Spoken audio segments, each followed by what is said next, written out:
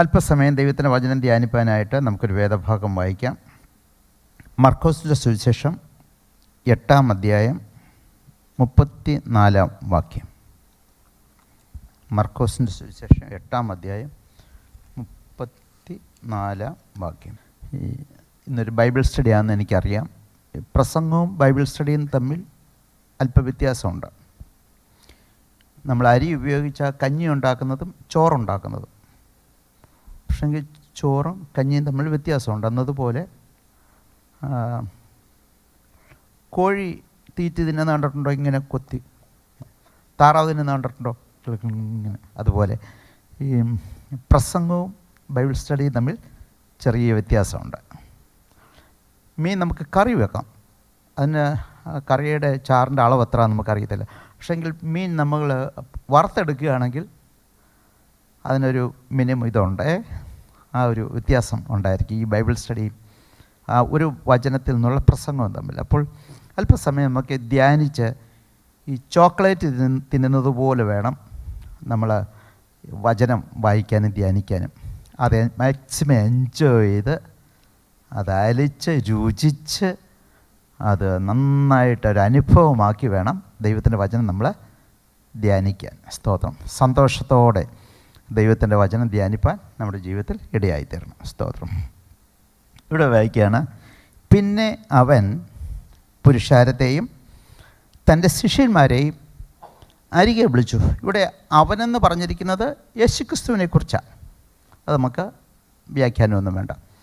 പിന്നെ അവൻ പുരുഷാരത്തെയും ശിഷ്യന്മാരെയും അരികെ വിളിച്ചു. What's the difference between the crowd and the disciple? പുരുഷാരവും ശിഷ്യന്മാരെയും അരികെ വിളിച്ചു എന്ന് പറയുമ്പോൾ ഇവിടെ ഇരിക്കുന്ന നിങ്ങൾ ആ പുരുഷാരത്തിൻ്റെ കൂട്ടത്തിൽ വരുമോ അതോ ശിഷ്യന്മാരുടെ കൂട്ടത്തിൽ വരുമോ? നിങ്ങൾക്ക് എന്ത് പറയാൻ പറ്റും? ഞാൻ ആ പുരുഷാരത്തിൻ്റെ കൂട്ടത്തിലാണെങ്കിൽ ഞാനൊരു ശിഷ്യനാണ്, ഞാൻ പുരുഷാരത്തിൻ്റെ കൂട്ടത്തിലല്ല ഒരു ശിഷ്യനാണെന്ന് എത്ര പേർക്ക് ഉറപ്പുണ്ട്? കൈയൊന്നും പോക്കണ്ട. ദൈവം സ്തോത്രം. പുരുഷാരും ശിഷ്യന്മാരും ഒക്കെ ഒരുമിച്ചാണ് നടക്കുന്നത്. ഏതൊരു ഗ്യാതറിങ്ങിലും ഉണ്ട് ഈ രണ്ട് കൂട്ടരുണ്ട്. ഈ പുരുഷാരം അതിന് ശേഷമാണ് അവർ ശിഷ്യന്മാരാകുന്നത്. എന്താ പുരുഷാരവും ശിഷ്യന്മാരും തമ്മിലുള്ള വ്യത്യാസം? നമ്മുടെ നാട്ടിൽ പറച്ചിട്ടുണ്ട്, പോലീസുകാരെല്ലാം മനുഷ്യരാണ്, പക്ഷേ മനുഷ്യരെല്ലാം പോലീസുകാരല്ല. എന്നതുപോലെ ഈ ശിഷ്യന്മാരെല്ലാം ഈ പുരുഷാരത്തിൻ്റെ കൂട്ടത്തിൽ പെടുന്നവരാണ്. പക്ഷേങ്കിൽ പുരുഷാരമെല്ലാം കണ്ടിട്ട് ശിഷ്യന്മാരാണ് നമ്മൾ ചിന്തിക്കരുത്. എന്താ ഈ ശിഷ്യന് ഒരു വലിയ പ്രത്യേകതയുള്ളത്? ശിഷ്യന് അവൻ്റെ ഗുരുവിനെ നന്നായിട്ട് അറിയാം. ശിഷ്യനൊരു നിർബന്ധമുണ്ട്, I want to follow, I want to learn from my teacher, my guru. എൻ്റെ ഗുരുവിൽ നിന്ന് എനിക്ക് പഠിക്കണം. ശിഷ്യന് പഠിക്കാനൊരു ടെക്സ്റ്റുണ്ട്, ഒരു പാഠപുസ്തകമുണ്ട്. അവനൊരു ഒരു ഒരു ഒരു ഒരു ഡിസിപ്ലിനുണ്ട്. ശിഷ്യനാണെങ്കിൽ അവൻ്റെ ഗുരുവിൻ്റെ പാദപീഠത്തിൽ ചെല്ലാൻ അവൻ പ്രത്യേകം വേർതിരിച്ചിരിക്കുന്ന സമയമുണ്ട്. അവൻ ഗുരുവിൻ്റെ പാദപീഠത്തിൽ നിത്യം ചെല്ലിരിക്കണം, ഗുരുവിൽ നിന്ന് പഠിക്കണം, ഗുരു പറയുന്ന ആ എക്സസൈസൊക്കെ ചെയ്യണം, ഗുരുവിനെ പോലെ ആയി തീരണം, ഗുരുവിൽ നിന്ന് നല്ല റിസൾട്ട് കിട്ടണം. ഇത്രയുണ്ട്. പുരുഷാരത്തിന് അങ്ങനെയൊന്നും പ്രത്യേകിച്ചൊന്നുമില്ല. എനിക്കിഷ്ടമുണ്ടെങ്കിൽ വരും, എനിക്കിഷ്ടമുള്ളപ്പോൾ പോകും. ഇപ്പോൾ ഒരു സ്കൂളിൽ കലോത്സവം നടക്കുമ്പോൾ അവിടെ വരുന്ന എല്ലാവരും ശിഷ്യന്മാരൊന്നുമല്ല. പക്ഷേ സ്കൂളിൽ ബെല്ലടിക്കുമ്പോൾ സ്കൂളിൽ ചെന്ന് കയറുന്ന ആരാ? അവിടുത്തെ ശിഷ്യന്മാരാണ്. ശിഷ്യന്മാർക്ക് ഒരു ചിട്ടയുണ്ട്, ഒരു ഡിസിപ്ലിനുണ്ട്. എനിക്ക് ചർച്ചിൽ പോകേണ്ടത് എപ്പോഴാണ്, ഞാൻ അവിടെ ചെന്നിട്ട് എന്താണ് ചെയ്യേണ്ടത്, എൻ്റെ ക്ലാസ് ഏതാണ്, എൻ്റെ ഗുരു ഏതാണ്, എന്നോട് പറഞ്ഞ കാര്യം ഞാൻ ചെയ്തോ, എനിക്കെൻ്റെ ഗുരുവിൽ നിന്ന് എന്താണ് പഠിക്കാനുള്ളത്, ഗുരു എന്നെ എന്താണ് പഠിപ്പിക്കാൻ പോകുന്നത്. അപ്പോൾ ദൈനംദിന ജീവിതത്തിൽ വചനവുമായിട്ട് ഗുരുവിൻ്റെ കർത്താവിൻ്റെ പാദപീഠത്തിൽ ഇരുന്ന് പഠിക്കുന്ന ഒരു ചിട്ട, ഡിസിപ്ലിൻ ഒരു ശിഷ്യനുണ്ടായിരിക്കും. അവനൊരു അക്കൗണ്ടബിലിറ്റി ഉണ്ട്. ഞാൻ വേണേ വരും, എനിക്ക് ഒക്കുവാണെങ്കിൽ വരും, എനിക്ക് തോന്നുമ്പോൾ വരും, തോന്നുമ്പോൾ ഞാൻ പോകും, എനിക്ക് ഇഷ്ടമുണ്ടെങ്കിൽ വരും, ആരും എന്നെ നിയന്ത്രിക്കേണ്ട കാര്യമൊന്നുമില്ല, ഞാൻ എന്താ വരാൻ ഞാൻ ആരും ചോദിക്കേണ്ട കാര്യമൊന്നുമില്ല. അതാരുടെ എന്നറിയാമോ? പുരുഷാരത്തിൻ്റെ കൂട്ടം. അവർക്ക് വേറൊരാളോട് അക്കൗണ്ടബിൾ ആയിരിക്കാൻ വലിയ താല്പര്യമൊന്നുമില്ല. ഒരു പക്ഷേ എൻ്റെ ചർച്ച പാസ്റ്റർ ആരെയോ നോക്കിച്ചാൽ അത് പാസ്റ്റർ പിള്ളേരെ നമ്മളത് ചെയ്ത് ഞങ്ങളുടെ കാര്യം ഞങ്ങൾ നോക്കിക്കോളാം. പിന്നെ ഞങ്ങൾ എൻ്റർടൈൻമെൻറ്റിന് വേണ്ടി ചിലപ്പോൾ വരും, മറ്റുള്ളവർക്ക് കമ്പനി കൊടുക്കാൻ വേണ്ടി വരും, അല്ലെങ്കിൽ അപ്പം നുറുക്കുന്നുണ്ട്, 5 അപ്പം 5000 പേർക്ക് കൊടുക്കുന്നുണ്ട്. ഈ പുള്ളിക്കാരൻ ചെയ്യുന്ന എന്തൊക്കെയാണെന്ന് അറിയട്ടെ, ഈ മാജിക് വല്ലതും എന്ന് അറിയാൻ വേണ്ടി കാണുന്ന വരുന്നുണ്ട്. പിന്നെ കിട്ടിയാൽ രോഗസൗഖ്യം കിട്ടുമെങ്കിൽ കിട്ടട്ടെ എന്ന് വിചാരിച്ച് വരുന്നവരുണ്ട്. പല ആവശ്യത്തിന് നല്ല മനസ്സോട് വരുന്നവരും ഉണ്ട്. അങ്ങനെയുള്ളവരൊക്കെ അങ്ങ് ശിഷ്യന്മാരുടെ കൂട്ടത്തിലാകും. സ്തോത്രം. അപ്പോൾ നമ്മൾ ചിന്തിക്കണം, ദൈവസഭയോടൊരു ഉത്തരവാദിത്വം, അത് ശിഷ്യൻ്റെ ലക്ഷണമാണ്. ഈ ശിഷ്യന്മാരെന്ന് പറഞ്ഞാലുണ്ടല്ലോ, ഒരു കാറ്റടിച്ചെന്നോ മഴ പെയ്തെന്നോ വെച്ച് ക്ലാസ് വരാതിരിക്കത്തില്ല. മനസ്സിലായോ? പോകണം. പണ്ടൊക്കെ വാഴയില പിടിച്ചായാലും കുട പിടിച്ചായാലും പോകുമായിരുന്നു. ബുദ്ധിമുട്ടുണ്ടായാലും കഷ്ടപ്പെട്ടാലും എനിക്ക് എൻ്റെ ഗുരുവിൻ്റെ പാത, എൻ്റെ കർത്താവ് അവിടെയുണ്ട്, എൻ്റെ സ്നേഹിതരവിടെയുണ്ട്, ഒരുമിച്ച് കർത്താവിനെ ആരാധിക്കണം, കർത്താവിൽ നിന്ന് പഠിക്കണം.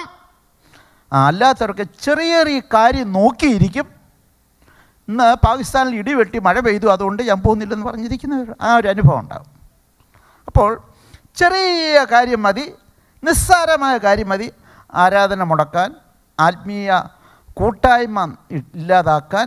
പിന്നെ ചെറിയ കാര്യം വരുമ്പോൾ ഇട്ടിട്ട് പോവുകയും ചെയ്യും.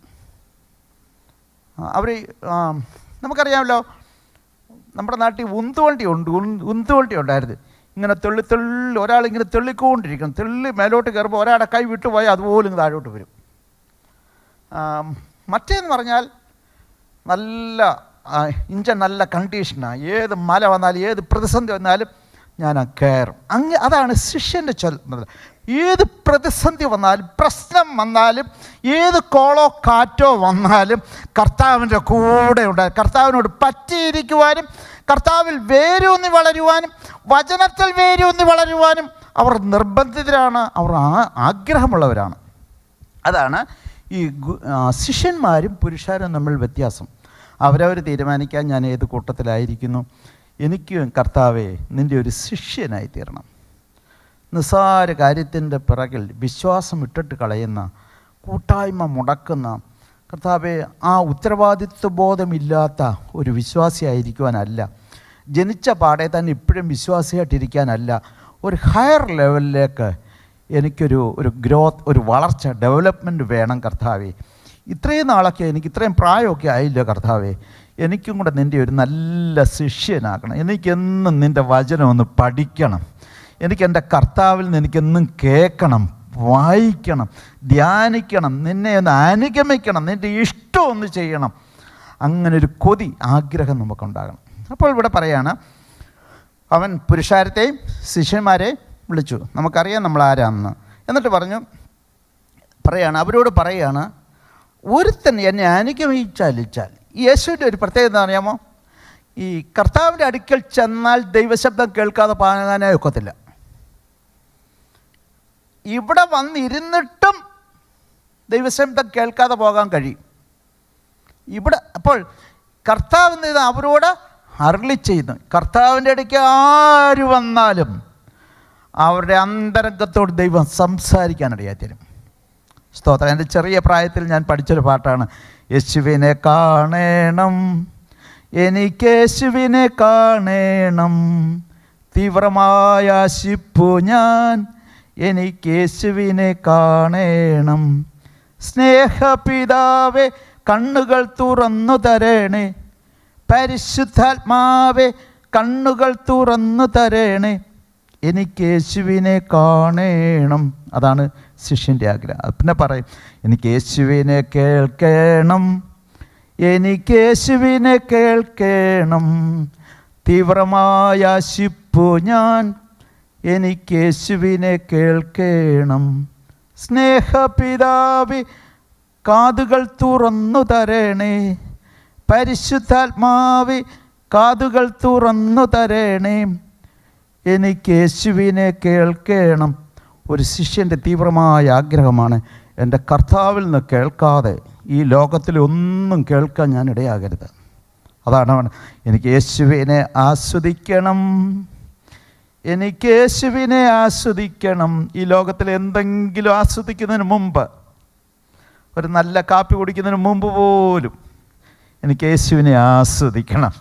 ഓ, അതൊരു ഭയങ്കര അനുഭവം. ശിഷ്യന്മാർക്ക് മാത്രം അനുഭവിക്കാൻ കഴിയുന്ന കാര്യം. സ്നേഹപിതാവേ, ഹൃത്തടം തുറന്നു തരണേ, പരിശുദ്ധാത്മാവേ, ഹൃത്തടം തുറന്നു തരണേ, എനിക്ക് യേശുവിനെ ആസ്വദിക്കണം. യേശുവിനെ കാണണം, യേശുവിനെ കേൾക്കണം, യേശുവിനെ ആസ്വദിക്കണം. ഇതാണ് ഒരു ശിഷ്യൻ്റെ പ്രധാനപ്പെട്ട ഗുണം. അത് നമ്മൾ അനുഭവിക്കണം. ദൈവമക്കളെ, കർത്താവ് നമ്മളോട് സംസാരിക്കും. ഇന്ന് കർത്താവ് സംസാരിച്ച് കേട്ട എത്ര പേരുണ്ട്? ഹല്ലേലൂയ. ഓരോ ദിവസവും യേശുവിനോട് ചിലത് പറയണം. യേശുവിനോട് പറഞ്ഞാൽ അവൻ കേൾക്കുകയും ചെയ്യും, അവൻ പറയുന്നത് നമുക്ക് കേൾക്കുകയും ചെയ്യാം. ഇതാണ് ഒരു ശിഷ്യൻ്റെ പ്രധാനപ്പെട്ട ലക്ഷണം. സ്തോത്രം. നിങ്ങൾ മറ്റെവിടുന്നെങ്കിലും പ്രവാചകന്മാരെയോ അവരെയൊക്കെ വിളിച്ച് പ്രാർത്ഥിച്ചോ, പക്ഷേ കർത്താവ് നമ്മളോട് വ്യക്തിപരമായി സംസാരിക്കും, നമ്മുടെ അന്തരംഗത്തോട് സംസാരിക്കും, വചനത്തിലൂടെ സംസാരിക്കും, ദർശനത്തിലൂടെ സംസാരിക്കും, അശരീരികളിലൂടെ സംസാരിക്കും, നിങ്ങളുടെ ഗുരുക്കന്മാരിലൂടെ, ഹല്ലേലൂയ, നിങ്ങളുടെ ആത്മീയാചാര്യന്മാരിലൂടെ ദൈവം നമ്മളോട് സംസാരിക്കും. അവൻ അവരോട് സംസാരിച്ചിട്ട് പറയാണ്, എന്താ പറഞ്ഞേ? ശിഷ്യന്മാരെ അരികെ വിളിച്ചു. കുഞ്ഞുങ്ങളെ, നിങ്ങളെന്തിനാ ദൂരെ പോയിരിക്കുന്നേ? ഞാൻ എൻ്റെ ക്ലാസ്സിൽ ചെല്ലുമ്പോൾ പറയും, എല്ലാവരും അടുത്തടുത്തിരുന്നേ, ചുറ്റും ഇരുന്ന് പഠിക്കുന്നത് എനിക്കിഷ്ടം. കർത്താവ് എന്ത് ചെയ്തു? തൻ്റെ ശിഷ്യന്മാരെയെല്ലാം, എനിക്ക് നിങ്ങളെ ഒന്ന് അടുത്ത് മനസ്സിലാക്കണം, നിങ്ങൾ എന്നെ ഒന്ന് തൊട്ട് മനസ്സിലാക്കുക, എന്നോട് അടുത്ത് മാറിയിരിക്കുന്നത് എന്തിനാ?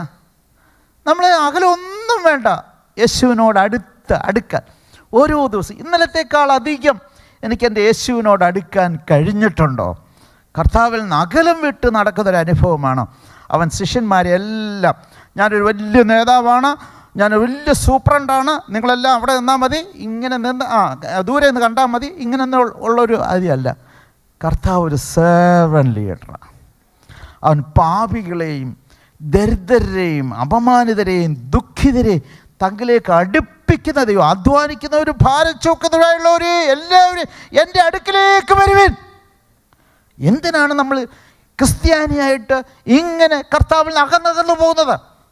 വചനം വായിക്കാതെ, പ്രാർത്ഥിക്കാതെ, സാക്ഷിക്കാതെ, കൂട്ടായ്മ അനുഭവിക്കാതെ, ഒറ്റപ്പെട്ട് നമ്മൾ എന്തിന് കർത്താവിൽ നിന്ന് അകന്നു പോകണം? കർത്താവ് പറയണ, കണ്ടാലും ഞാൻ എല്ലാ നാളും കൂടെ ഇരിക്കാമെന്ന്. സ്തോത്രം. അത് നമുക്ക് അനുഭവിക്കാം. കർത്താവിനോട് ചാരിയിരിക്കുവാൻ, പറ്റിയിരിക്കുവാൻ, വേരൂന്നി വളരുവാൻ, ആ ഒരു ആസ്വാദ്യകരമായ ക്രിസ്ത്യ ജീവിതമാണ് നാം അനുഭവിക്കേണ്ടത്. ക്രിസ്ത്യ ജീവിതം നമ്മൾ ആസ്വദിക്കേണ്ടതാണ്, എൻജോയ് ചെയ്യേണ്ടതാണ്, അത് സെലിബ്രേറ്റ് ചെയ്യേണ്ടതാണ്. അത് കഷ്ടതയുടെയും ദുഃഖത്തിൻ്റെയും വേദനയും അപമാനത്തിൻ്റെയും മധ്യത്തിലും ആ തികഞ്ഞ ദൈവസ്നേഹവും ദൈവിക സമാധാനം അനുഭവിക്കാൻ കഴിയുന്ന ഒരു ധന്യമായ വിശേഷകരമായ അനുഭവമാണ് ആ ഗ്ലോറിയസ് എക്സ്പീരിയൻസ്. കർത്താവിനോട് പറ്റിയിരിക്കുക. കർത്താവ് നമ്മളെന്തോ ചെയ്യുന്നു? അരികിലേക്ക് വിളിച്ചു. കർത്താവേ, എനിക്ക് നിന്നോടൊന്നുകൂടെ ഒന്ന് അടുക്കണം. കർത്താവേ, നിൻ്റെ കൂടെ നടക്കാൻ, നിന്നോട് പറ്റിയിരിക്കുവാൻ, കർത്താവിനോട് ചേർന്നിരിക്കുവാൻ, എൻ്റെ മുഖത്തേക്കൊന്ന് നോക്കാൻ. കർത്താവേ, എനിക്കൊരു ഫസ്റ്റ് ഹാൻഡ് എക്സ്പീരിയൻസ്. നീ എന്നെ തൊടണേ കർത്താവേ, എനിക്കിതിനെ തൊടാൻ ആഗ്രഹമുണ്ട്. ആ സ്ത്രീ കർത്താവിൻ്റെ വസ്ത്രത്തിൻ്റെ അങ്ങനെന്ത് തൊടണം ദൈവമക്കളെ, അടുത്തിയല്ലണം. ദൈവം നമുക്ക് സ്വാതന്ത്ര്യം തരുന്നു. പരീശന്മാർ, സദൂക്കി, അവരൊക്കെ നമ്മളെ പറയും, നീ തന്നെ കർത്താവിൻ്റെ അടുക്ക് അത്രയും ബോധം തരാ, നിനക്കത് ഇത്രയും അവകാശം എന്നൊക്കെ ചോദിക്കും. ശിഷ്യന്മാർ പറഞ്ഞു, നീ എന്തിനാണ് ഇങ്ങനെ പ്രാർത്ഥിക്കുന്നത്, മിണ്ടാതിരിക്കാൻ പറഞ്ഞു. പലരേക്കും നമ്മളെ തലയ്ക്കടിക്കും, ഞോണ്ടും, നമ്മളെ കുറ്റപ്പെടുത്തും. എന്നാലും ഇത്രയും ഉപവാസത്തിൻ്റെ ആവശ്യമുണ്ട്, ഇത്രയും പ്രാർത്ഥിക്കേണ്ട കാര്യമുണ്ടെന്നൊക്കെ ചോദിക്കും. എന്നാലും എനിക്ക് ഈ ദിവസം എനിക്കൊന്നുകൂടെ എൻ്റെ കർത്താവിനോട് അടുക്കണം. അതാണ് ഒരു ശിഷ്യൻ്റെ പ്രധാനപ്പെട്ട ലക്ഷണം. എന്നിട്ട് പറയണം, അരികെ വിളിച്ചിട്ട് പറയാണ്, ഒരുവൻ എന്നെ അനുഗമിപ്പാനിച്ഛിച്ചാൽ. സ്തോത്രം. പ്രിയമുള്ളവരെ, നിങ്ങളെല്ലാവരും ഇവിടെ വന്നല്ലോ, അതുകൊണ്ട് നിങ്ങളെല്ലാവരും എന്നെ അനുഗമിക്കണം. നിങ്ങളെൻ്റെ ഒരു വോട്ട് ബാങ്കായിട്ട് എന്നോട് കൂടിയിരിക്കണം. നിങ്ങളെല്ലാം ദയവ് ചെയ്ത് എന്തെല്ലാം പ്രശ്നമുണ്ട് എൻ്റെ കൂടെ നിൽക്കണേ എന്നൊന്നും കർത്താവ് പറയത്തില്ല. നിങ്ങൾക്ക് ആർക്കെങ്കിലും മനസ്സുണ്ടെങ്കിൽ നിങ്ങൾ ഒരുവന് എന്നെ അനുഗമിക്കാൻ ഇച്ഛിച്ചാൽ അങ്ങനെ ഇച്ഛയുണ്ട്, തീവ്രമായ വാഞ്ച, ആഗ്രഹം, കൊതി, ആ ഇച്ഛയുണ്ടായി, ആ ഏണസ്റ്റ് ഡിസയർ ഉണ്ടായിട്ട് കർത്താവിനെ അനുഗമിക്കുന്ന എത്ര പേരുണ്ട്? നമ്മളെന്തിനാ പെന്തക്കോസുകാരായത്? എൻ്റെ പപ്പായും മമ്മിയും പെന്തക്കോസുകാരനായിരുന്നു. പെന്തക്കോസ് വീട്ടിൽ ജനിച്ചതുകൊണ്ട് ഞാനും പെന്തക്കോസുകാരനായി. എന്നെ കെട്ടിച്ചുകൊണ്ട് വന്നത്, എന്നെ വിവാഹം കഴിച്ചു വിട്ടത് ഒരു പെന്തക്കോസ് പള്ളിയിലാണ്. ഒരു പെന്തക്കോസ് ഞാൻ വിവാഹം കഴിച്ചു വിട്ടപ്പോൾ അവിടെ മൊത്തമല്ലായിരുന്നെങ്കിൽ സഹോദരിമാരും എല്ലാവരും പെന്തക്കോസിലായി. അവർ വണ്ടിയും കൊണ്ട് അങ്ങോട്ട് പോകുന്നുണ്ട്. എന്നാൽ ഞങ്ങൾക്ക് കൂടെ പോകാം, അവരുടെ കൂടെ കമ്പനി കൊടുക്കാൻ വേണ്ടി പെന്തക്കോസ് ചർച്ചിൽ പോന്നു. പിന്നെ നാട്ടിലുള്ള എല്ലാവരും ഒക്കെ ഇപ്പം പെന്തക്കോസിലാണ് പോകുന്നത്, ഞാനിവിടെ അങ്ങ് പോവാം. അതോ ഒരു തീവ്രമായ വാഞ്ച, ഒരൊടുങ്ങാത്ത ആഗ്രഹം, എനിക്കെൻ്റെ യേശുവിനെ അനുഗമിക്കണം, എനിക്കെൻ്റെ കർത്താവിനെ അടുത്തറിയണം, എൻ്റെ കർത്താവിനെ എനിക്ക് സ്നേഹിക്കണം, എൻ്റെ ദൈവത്തിൻ്റെ സ്നേഹം മുഴുവനും എനിക്കൊന്ന് ആസ്വദിക്കണം. അങ്ങനെ സ്പെസിഫിക്കായിട്ട് ഓരോരുത്തർക്കും അങ്ങനെ ഒരു താല്പര്യമുണ്ടായിട്ട്, ഉള്ളിലൊരാഗ്രഹമുണ്ടായിട്ട് യേശുവിനെ അനുഗമിക്കുന്നവരും നിർബന്ധിച്ച് പണ്ടത്തെ ആ ഉന്തുവണ്ടി പോലെ യേശുവിനെ അനുഗമിക്കുന്ന വ്യത്യാസമുണ്ട്. ചെറിയ നിസ്സാര കാര്യത്തിന് പിണങ്ങി സഭയെ വരാതെ വീട്ടിൽ കുത്തിയിരിക്കും. എന്നെ കണ്ടപ്പോൾ മിണ്ടിയില്ല, അവൻ എന്നെ നോക്കി, അല്ലെങ്കിൽ അവൻ എന്നെ നോക്കിയില്ല. ചെറിയ കാര്യത്തിന് ഈ ശിഷ്യന്മാരില്ലാത്തവരുടെ പ്രശ്നമാണ്. നിസ്സാര കാര്യത്തിന് ആരാധനയും മുടക്കം, കൂട്ടായ്മയും മുടക്കം വേണ്ട. പിന്നെ കർത്തൃമേശ എടുക്കത്തില്ല, പ്രാർത്ഥിക്കത്തില്ല, കർത്താവിനോട് പിണങ്ങുക. ദൈവമക്കളെ, നിങ്ങളെല്ലാവരും കൂടെ ആരാധിച്ചില്ലെങ്കിലും ദൈവം അല്ലാതെ പോകുന്നില്ല കേട്ടോ. നമ്മൾ ആരാധിച്ച് ദൈവത്തെ ദൈവമാക്കിയതല്ല, ആ ദൈവം നമ്മെ തൻ്റെ പ്രിയ മക്കളാക്കിയതുകൊണ്ട്, ആരാധിപ്പാൻ നമുക്ക് യോഗ്യത തന്നതുകൊണ്ട്, നമുക്ക് ആരാധിക്കാൻ കൃപ ലഭിച്ചതുകൊണ്ട് നാം ദൈവത്തെ ആരാധിക്കുക. നമ്മൾ പ്രാർത്ഥിച്ചില്ലെന്ന് പറഞ്ഞിട്ട് ദൈവത്തിന് ഒരു കുറവും വരത്തില്ല. പ്രാർത്ഥിക്കുകയാണെങ്കിൽ മനസ്സോടെ പ്രാർത്ഥിക്കണം, സന്തോഷത്തോടെ ആരാധിക്കണം, അല്ലാത്ത ഒന്നും ദൈവത്തിൻ്റെ പ്രസാദമല്ല.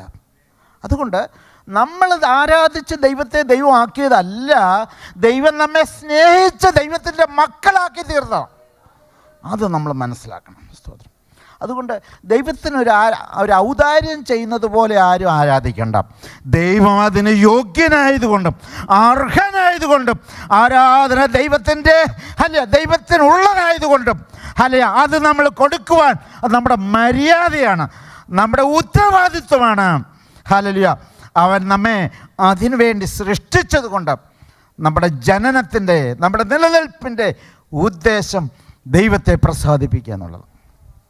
അപ്പോൾ അരികെ വിളിച്ച് അവരോട് പറഞ്ഞത്, ഒരുവൻ എന്നെ അനുഗമിപ്പാൻ ഇച്ഛിച്ചാൽ, ആ ഇച്ഛ ഉണ്ടെങ്കിൽ മാത്രമേ ശരിയായിട്ട് കർത്താവിനെ അനുഗമിക്കാനും പറ്റുകയുള്ളൂ. എന്നിട്ട് പറയാണ്, എന്താ പറയുന്നത്? ഇച്ഛിച്ചാൽ എന്ത് ചെയ്യണം? അങ്ങനൊരു ഇച്ഛയുണ്ടോ? അറ്റ്ലീസ്റ്റ് ആ ബെഡ് കോഫി കുടിക്കുന്നതിൻ്റെ അത്രയൊരു ഇച്ഛ വചനം വായിക്കാനുണ്ടോ? ന്യൂസും കണ്ട്, വാട്സാപ്പും തോണ്ടി, ഫേസ്ബുക്കും നോക്കി, അവർക്കെല്ലാം മറുപടി നോക്കി, ക്ലിക്കും ചെയ്ത് എല്ലാം കഴിഞ്ഞിട്ടും സമയമുണ്ടോ? ഇന്നിനി സമയമില്ല, എന്നാൽ വൈകിട്ടാട്ട് മാറ്റി ഒക്കത്തില്ലയോ? വചനത്തെ പിറകിലേക്ക് എറിഞ്ഞു കളയാറില്ലയോ? ഒന്നാം സ്ഥാനം ഇതിന്, രണ്ടാം സ്ഥാനം അതിന്, എല്ലാത്തിനും തീറ്റയും കൊടുത്ത്, പട്ടിയും കുളിപ്പിച്ച് വൃത്തി എല്ലാം കഴിഞ്ഞ് അവസാന സമയം ഉണ്ടെങ്കിൽ വേദപുസ്തകം തുറന്ന് വയ്ക്കാമെന്ന് വിചാരിക്കും.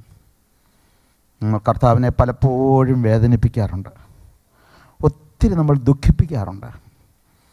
ഇത്രയും നാളാർക്ക് പിതാവിനെ മനസ്സിലാക്കാൻ ഇവർക്ക് കഴിഞ്ഞില്ലല്ലോ എന്ന ദുഃഖം കർത്താവിനുണ്ട്. പരിശുദ്ധാത്മാവിനെ ദുഃഖിപ്പിക്കരുത്. ഒന്നാം സ്ഥാനം, ആദിയിൽ ദൈവം എന്ന് വായിക്കുന്ന ആ വാക്ക് നമ്മുടെ ജീവിതത്തിൽ അങ്ങനെ തന്നെയായിരിക്കണം. ക്രിസ്ത്യ ജീവിതം എൻജോയ് ചെയ്യണം ദൈവമക്കളെ, അത് നമ്മൾ ആസ്വദിക്കണം. അത് നമ്മളുടെ അഭിമാനമായി തീരണം, അത് നമ്മുടെ ഒരു ആവേശമായി തീരണം. അതാണ് ദൈവത്തിന് വേണ്ടി നമ്മെ പഠിപ്പിക്കുന്നത്. അവരോട് അരുളി ചെയ്തത്, ഒരുവൻ എന്നെ അനുഗമിപ്പാൻ ഇച്ഛിച്ചാൽ അവൻ തന്നെത്താൻ ത്യജിച്ച് ക്രൂശ് എടുത്ത് എന്നെ അനുഗമിക്കണം. അപ്പോൾ ക്രിസ്ത്യ ജീവിതത്തിൽ തൻ്റെ ശിഷ്യന്മാരാകാൻ, തന്നെ അനുഗമിപ്പാൻ ഇച്ഛിക്കുന്നവരോട് കർത്താവ് ആദ്യം പറഞ്ഞ ഒന്നാമത്തെ പാഠം എന്തായിരുന്നു? അവൻ തന്നെത്താൻ ത്യജിക്കണം. യേശു കർത്താവ് ഈ ഭൂമിയിൽ വരുന്നതിന് മുമ്പ് ആദ്യം ചെയ്ത എന്താ? അവൻ തന്നെത്താൻ ത്യജിച്ച് അവൻ ദാസരൂപമെടുത്ത് വേഷത്തിൽ മനുഷ്യനായി. ദൈവമക്കളെ, ഒരു ദൈവവൈതലാകാൻ ഒരു മനുഷ്യനാകണം, ഒരു മനുഷ്യത്വമുള്ളവനാകണം. യേശു കർത്താവ് പെട്ടെന്ന് ആത്മീയനായിട്ട് കാണിക്കല്ല, അവൻ മനുഷ്യനായി. മനുഷ്യർ എൻ്റെ കൂട്ട് സൃഷ്ടികളാണെന്ന് മനുഷ്യരെ മനുഷ്യരായിട്ട് കാണാൻ, മറ്റുള്ളവരോട് ഒന്ന് സഹതാപം കാണിക്കുവാൻ, അവർക്കൊന്ന് അനുരൂപരാകുവാൻ, അവരോടൊന്ന് ഐഡൻറ്റിഫൈ ചെയ്യുവാൻ കർത്താവിന് മനസ്സിലായി. ദൈവമക്കളെ, ഒരു മനുഷ്യനാകണം. മാനത്തോട്ടിരിക്കുന്ന മനുഷ്യൻ വിവേകഹീനായാൽ അവന് മൃഗങ്ങൾക്ക് തുല്യനാകാൻ പറ്റും. അവൻ വേഷത്തിൽ മനുഷ്യനായി. മനുഷ്യന് വേണ്ടിയ മൂല്യങ്ങളും അവൻ്റെ കടമകളും കടപ്പാടുകളും ദൈവത്തിൻ്റെ വചനം നന്നായിട്ട് പറയും. മനുഷ്യത്വം അത് ദൈവം കൊടുത്തൊരു അനുഗ്രഹമാണ് ദൈവമക്കളെ. എന്നിട്ട് മതി ആത്മീയനാകുന്നത്. ഈ മനുഷ്യനാകാതെ ആത്മീയനായാലുണ്ടല്ലോ, മനുഷ്യരെ കണ്ടാൽ അവൻ തിരിച്ചറിയത്തില്ല. അങ്ങനെയുള്ളവരുണ്ട്. മനുഷ്യരെ കണ്ടാൽ മനുഷ്യരായിട്ട് തിരിച്ചറിയാൻ വയ്യാത്തവരുണ്ട്. മൃഗങ്ങളെപ്പോലെയും വൃക്ഷങ്ങളെപ്പോലെയൊക്കെ കാണും. കർത്താവിൻ്റെ ആ സെക്കൻഡ് ടച്ച്, കർത്താവ് നീ എന്നെ ഓടൊന്ന് തൊടണമേ, മനുഷ്യരെ മനുഷ്യരായിട്ട് കാണാൻ.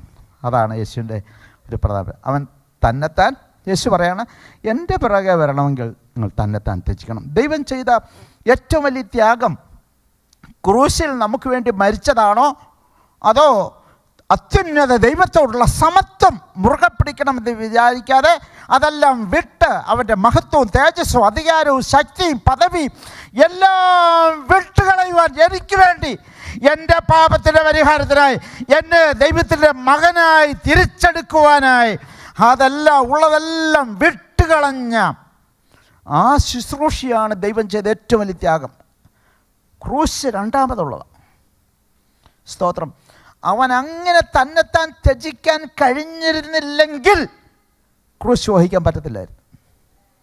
അവൻ തൻ്റെ മഹത്വവും തേജസ്സും അവൻ്റെ അധികാരവും ശക്തിയും വെടിഞ്ഞ് മനുഷ്യനാകാൻ കഴിഞ്ഞത് കൊണ്ടാണ് ആ ത്യാഗത്തിൻ്റെ ശുശ്രൂഷ, ആ സഫറിങ് സെർവൻ്റ് ആകാൻ കഴിഞ്ഞത്. അവൻ സകലതും തിരുനാമം ദൈവത്തോടുള്ള അനുസരണ നിമിത്തം വിട്ടുകളഞ്ഞതുകൊണ്ടാണ്. അത് ദൈവത്തിൻ്റെ വചനം നമ്മെ പഠിപ്പിക്കുന്നു. സ്തോത്രം.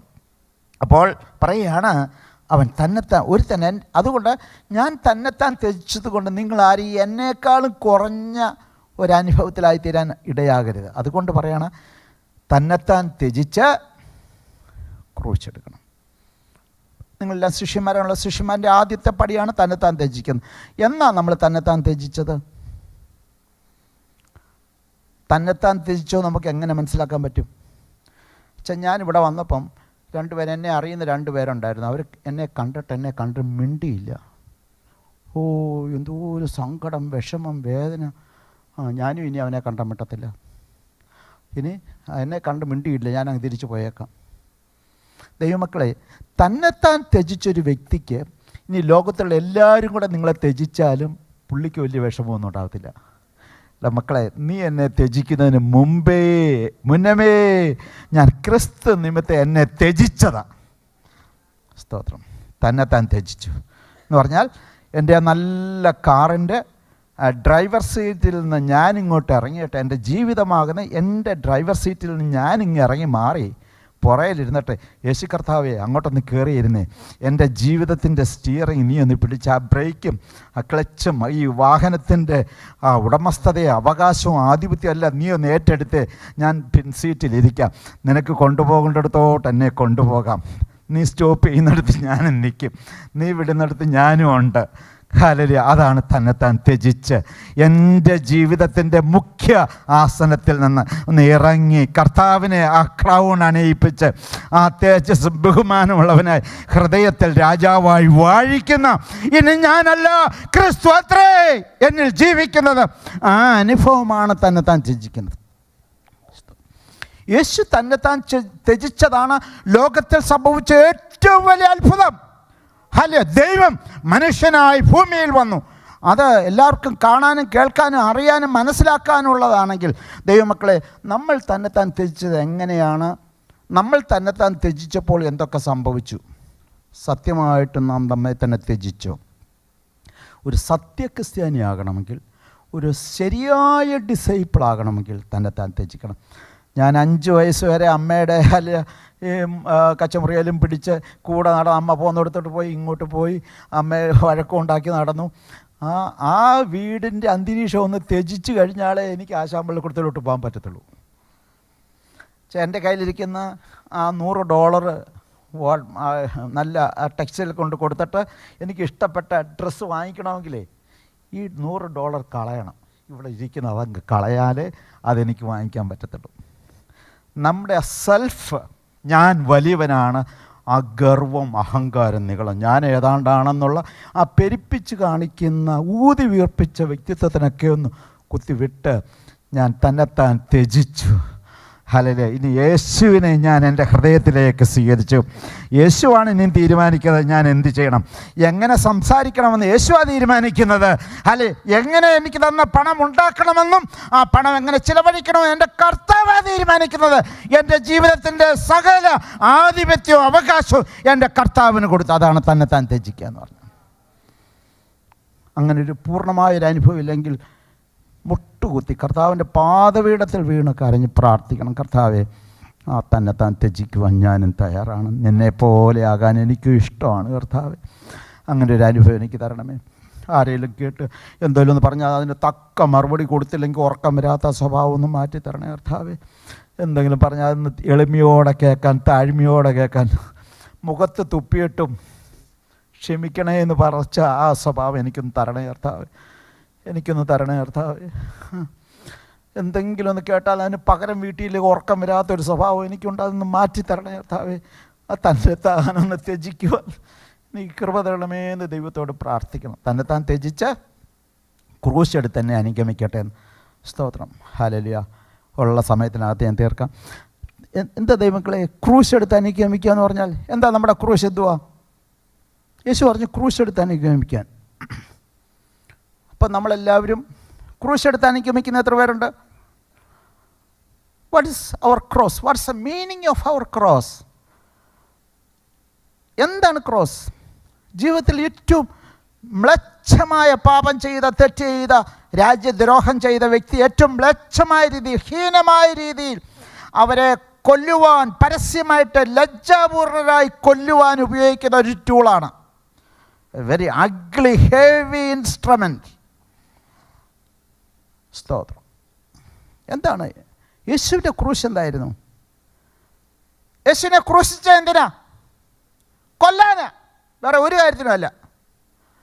യേശു ക്രൂശ് വഹിച്ചത് ചാകാനുമാണ്. എങ്കിൽ ക്രൂശ് വഹിച്ച് എന്നെ അനുഗമിക്കണമെന്ന് പറഞ്ഞാൽ എൻ്റെ അർത്ഥം എന്തുവാ?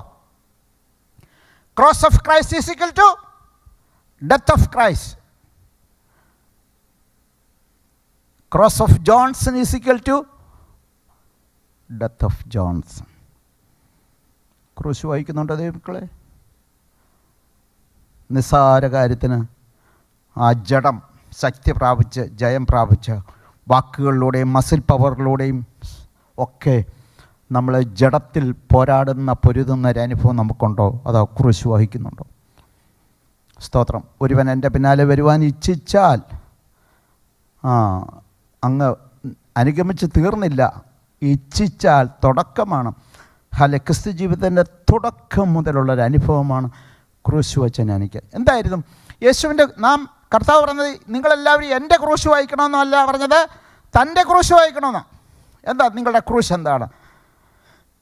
ഒരിക്കൽ ഒരു അച്ഛനോട് ഈ കൃഷീകരണ സമയത്ത്, ക്രിസ്മസ് സമയം അടുത്ത് വരിക, കൃഷീകരണ സമയമൊക്കെ അടുത്തായപ്പം അച്ഛൻ പറഞ്ഞു എല്ലാവരും ക്രൂശ് വഹിച്ചുകൊണ്ട് വരണമെന്ന് പറഞ്ഞു. അപ്പോൾ അടുത്ത ആഴ്ച ഒരച്ഛനോട് പറഞ്ഞ കഥയാണേ, അത് ഉള്ളതല്ല, ജോൺസൺ അനിൽപാസ് ഇങ്ങനെ പറഞ്ഞെന്ന് പറയരുത്.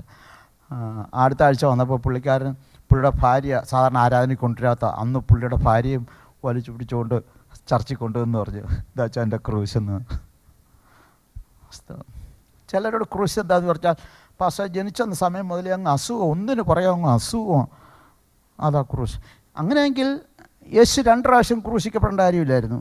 യേശു രോഗം ശീലിച്ചവനാണ്. നമുക്ക് വല്ലപ്പോഴും തലവേദന വരുന്നെങ്കിൽ യേശു രോഗം ശീലിച്ചവനായിരുന്നു. യേശുവിൻ്റെ രോഗമല്ലായിരുന്നു അവൻ്റെ ക്രൂശ്. പാസ്റ്ററെ ഭയങ്കര കടഭാര, ബുദ്ധിമുട്ട, ജീവിക്കാൻ വയ്യ. ഏതാ ക്രൂശ്? യേശുവിന് സ്വന്തമായിട്ടൊരു ബോട്ട് പോലും ഇല്ലായിരുന്നു, കിടപ്പാടമില്ലായിരുന്നു. അന്ന് വല്ലവൻ്റെയും കല്ലറയാണ് ഉപയോഗിച്ചത്, കടം വാങ്ങിച്ചാണ് ജീവിച്ചത്. കടഭാരം ഇല്ലായ്മയാണ് ക്രൂശെങ്കിൽ നമ്മുടെ നാട്ടിൽ ചേരികളിൽ ജീവിക്കുന്നവരൊക്കെ എന്നേ ക്രൂശ് വഹിച്ച് ജീവിക്കുന്നവരാണ്. മെഡിക്കൽ കോളേജിൽ ജീവിക്കുന്നവരൊക്കെ ക്രൂശ് വഹിക്കുന്നവരാണ്. അനുസരണക്കെട്ട കുഞ്ഞുങ്ങളാണെങ്കിൽ സ്തോത്രം, എൻ്റെ ജനം എന്നെ അറിയുന്നില്ല എന്ന് പറഞ്ഞ ദൈവത്തിൻ്റെ ഉത്തരം പറയാണ്, അതല്ല ക്രൂശ്.